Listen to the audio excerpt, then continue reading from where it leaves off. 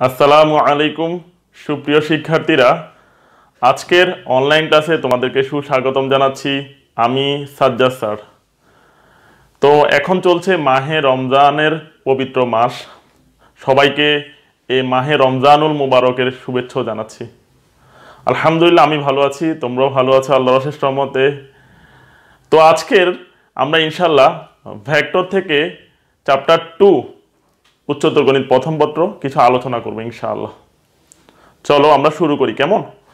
আজকের আমাদের বিষয়বস্তু হলো এই একটি ভেক্টরের উপর আরেকটি ভেক্টরের অভিক্ষেপ কিভাবে নির্ণয় করা হয়। অভিক্ষেপটা অবশ্যই লম্ব অভিক্ষেপ হবে, যেটাকে আমরা বলি হচ্ছে প্রজেকশন। চলো আমরা প্রজেকশন নিয়ে ইনশাআল্লাহ আলোচনা করি। কেমন? দেখো বলতেছি ভেক্টরের লম্ব অভিক্ষেপ। একটি ভেক্টর এ ভেক্টর ওএ বরাবর কাজ করতেছে, আর একটি ভেক্টর ভি ভেক্টর ওবি বরাবর কাজ করতেছে। এখন এ ভেক্টর আর ভি ভেক্টরের দুইজনের মধ্যবর্তী কোণ হচ্ছে থিটা। যদি দুইজনের মধ্যবর্তী কোণ থিটা হয়, এখন বি বিন্দু থেকে ও এর উপর একটি লম্ব টানলাম বিসি। যদি আমি এ ভেক্টরের উপর এই যে নিচের ভেক্টরটার উপরে, অর্থাৎ আমি এই যে ভেক্টরটার উপরে আমি যদি লম্ব বিক্ষেপ নিই, এ ভেক্টরের উপরে এই ভেক্টরটার উপরে এই ভেক্টরটার লম্ব বিক্ষেপ কোনটা হবে? অর্থাৎ লম্ব বিক্ষেপ বা অভিক্ষেপ বললে অবশ্যই যে ভেক্টর বরাবর বলতেছে সেই ভেক্টর বরাবর আমি একটা বিন্দু থেকে যে ভেক্টরের উপর লম্ব বিক্ষেপ নিতে বলছে সেখানে একটা লম্ব টানতে হবে। তাহলে কার উপর লম্ব বিক্ষেপ বলছে? বলছে হচ্ছে এ ভেক্টরের উপর। এ ভেক্টরের উপর লম্ব বিক্ষেপ বললে এ ভেক্টরের উপর আমি একটা লম্ব টানবো। লম্ব টানলে সেই লম্বের কারণে যে ছায়াটা পড়বে সেটা হচ্ছে ওসি। তাহলে এখানে ওসি হলো লম্ব বিক্ষেপ। মনে রাখবা লম্ব বিক্ষেপ হচ্ছে স্কেলারের মান, সেজন্য এই লম্ব বিক্ষেপের আরেক নাম হচ্ছে স্কেলার অভিক্ষেপ।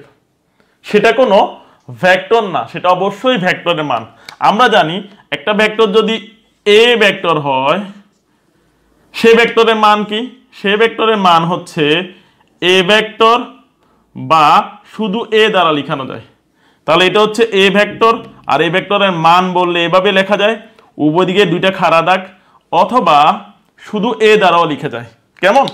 আচ্ছা, তাহলে আমরা এভাবে মান বুঝতে পেরেছি। তাহলে শুধু ওসি দ্বারা কি বোঝায়? ওসি দ্বারা বোঝায় বাহুটা, বাহু বোঝায়, অথবা বাহুর দৈর্ঘ্য বোঝায়, অথবা মান বোঝায়।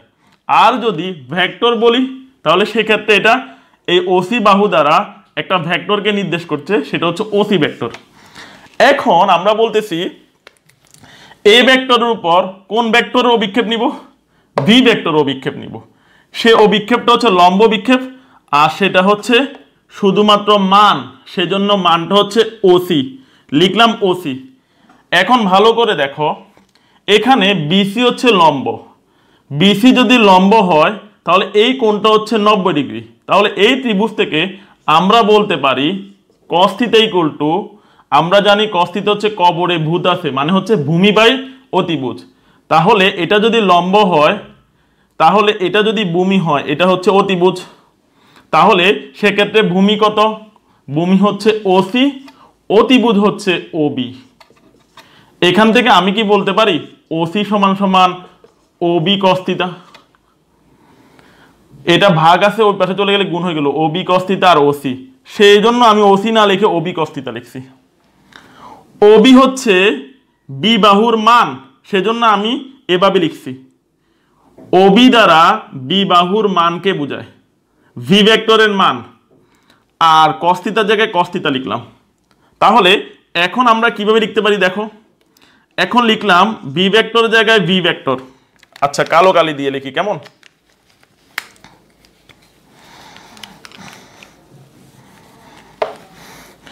দেখো বি ভেক্টরের জায়গায় ভি ভেক্টরের মান আমি লিখলাম। থাকলো cos θ থেকে কি লিখতে পারি? আমরা জানি এ দুইটা ভেক্টরের ডট গুণন কি? দুইটা ভেক্টরের ডট গুণন হচ্ছে তাদের মান ইনটু cos থিটা। ঠিক আছে, এটা কি আমরা জানি? জানি। তাহলে আমরা এখন বা cos থিটা সমান কি?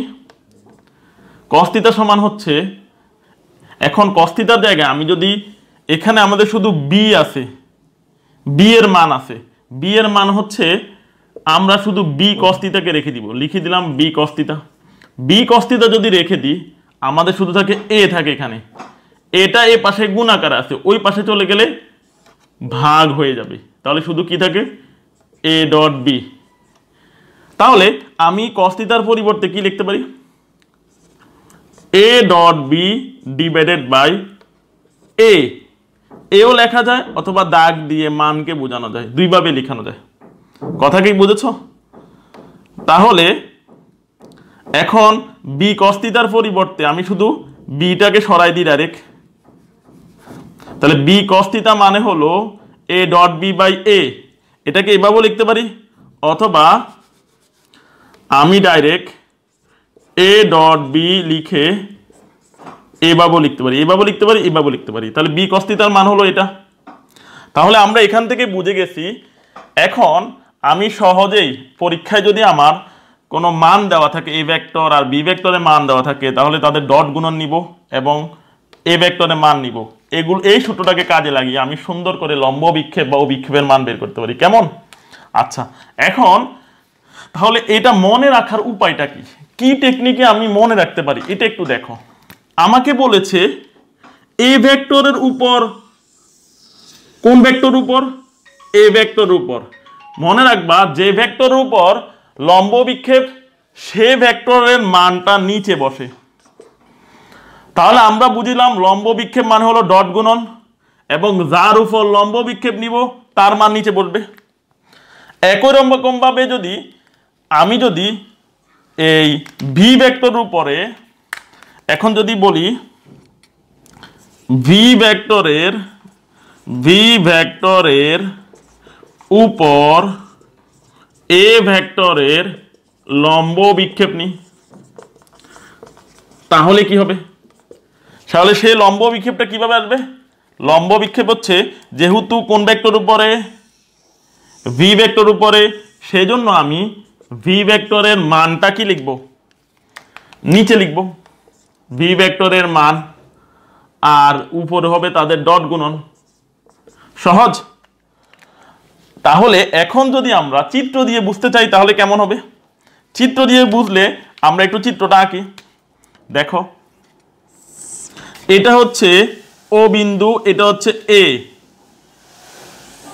আর এটা হচ্ছে বি বিন্দু। এখন এটাকে দ্বারা আমি এ ভেক্টর নির্দেশ করেছি, এটাকে দ্বারা আমি বি ভেক্টর নির্দেশ করেছি, তখন এ ভেক্টর উপর লম্ব বিক্ষেপ নিচে বিদায় ঠিক বি ভেক্টরের থেকে এ ভেক্টর উপর লম্ব টেনেছি। এখন বলেছে ভি ভেক্টর উপর লম্ব বিক্ষেপ নিতে বলছে, সেজন্য আমি এ থেকে বি এর দিকে কি টানবো? লম্ব টানবো। কথা কি বুঝেছ? তখন এটা হয়ে যাবে 90 ডিগ্রি, এটা তো থিটা। তাহলে এক্ষেত্রে আমার অভিক্ষেপ কত? তাহলে এক্ষেত্রে অভিক্ষেপ যদি এখানে ডি বিন্দু দিই তাহলে অভিক্ষেপ হয়ে যাবে ওডি। তাহলে এখানে দেখো বি ভেক্টর থেকে কার উপর লম্ব টানছি? এর উপরে, সেজন্য এ ভেক্টর অভিক্ষেপ নিছি, সেটা হচ্ছে এ ও থিটা।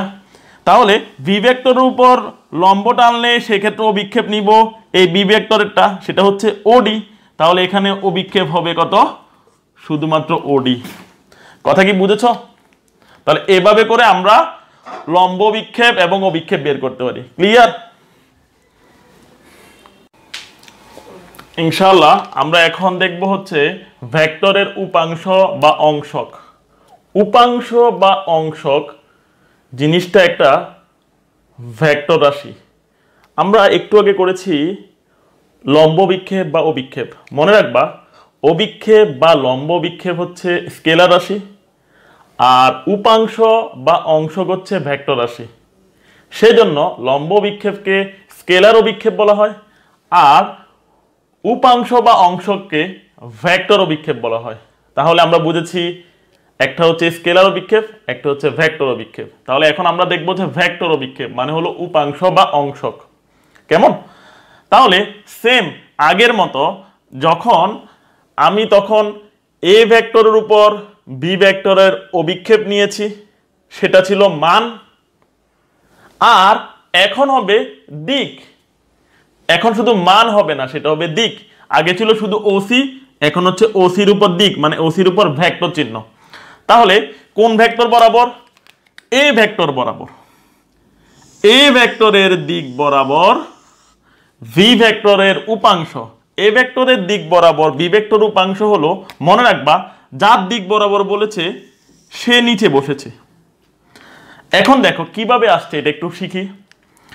এ ভেক্টরের দিক বরাবর, এই দিক বরাবর এ ভেক্টরের দিক বরাবর কার দিক? এ ভেক্টরের দিক।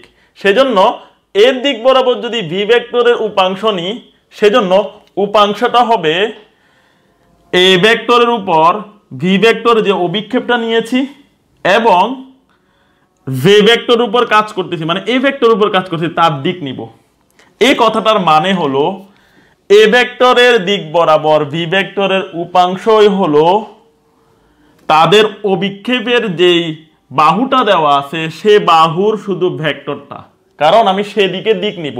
আমি বলেই দিয়েছি এটা হচ্ছে ভেক্টর অভিক্ষেপ, সেজন্য ওসির উপরে শুধু দিক দিলেই হবে। তাহলে এ ভেক্টরের দিক বরাবর মানে হলো ওসি বরাবর কার অভিক্ষেপ কাজ, কার উপাংশ কাজ করবে? ভি ভেক্টরের। সেজন্য আমি লম্ব টানবো। এ ভেক্টরের দিক বরাবর বলেছে, তাহলে এ ভেক্টরের উপর লম্ব টানবো।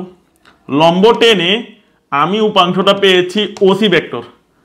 এই ক্ষেত্রে অভিক্ষেপটা হলো শুধু ওসি আর উপাংশটা হলো ওসি ভেক্টর।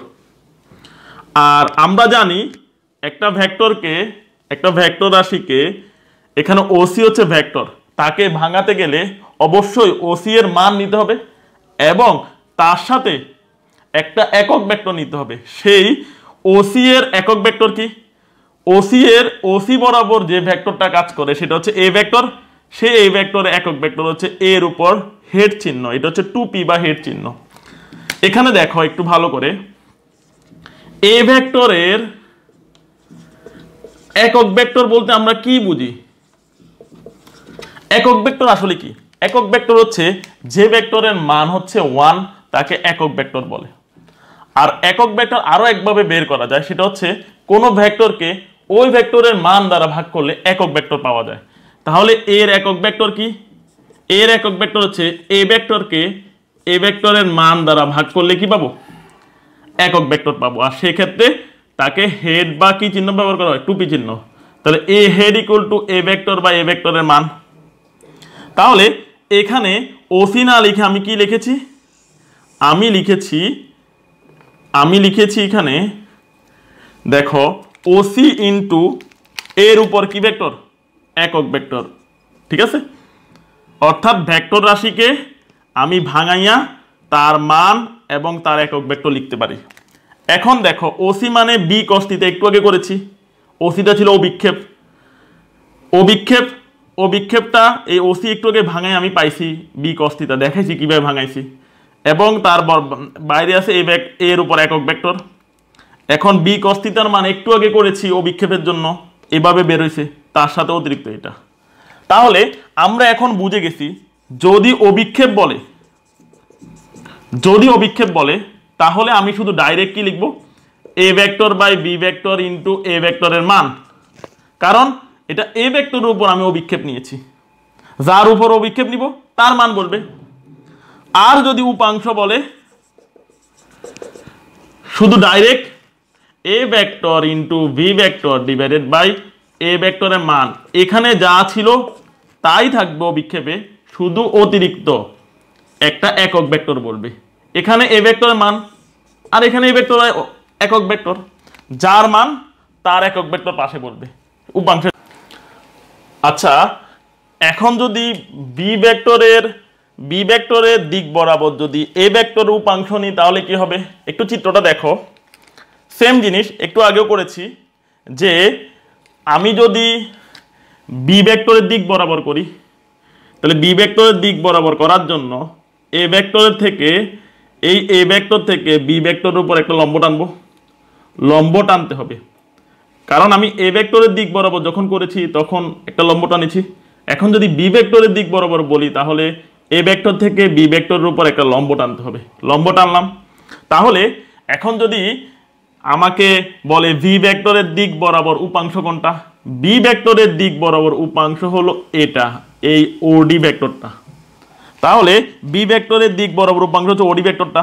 আর ওডি ভেক্টরটা ভাঙানোর উপায় কি, ওডি লিখে তার উপর তার সাথে একক ভেক্টর লিখতে হবে। এখন ওডি বরাবর কোন ভেক্টর কাজ করে, বি ভেক্টর, তাহলে বি ভেক্টর একক ভেক্টর দিব। তাহলে পরীক্ষায়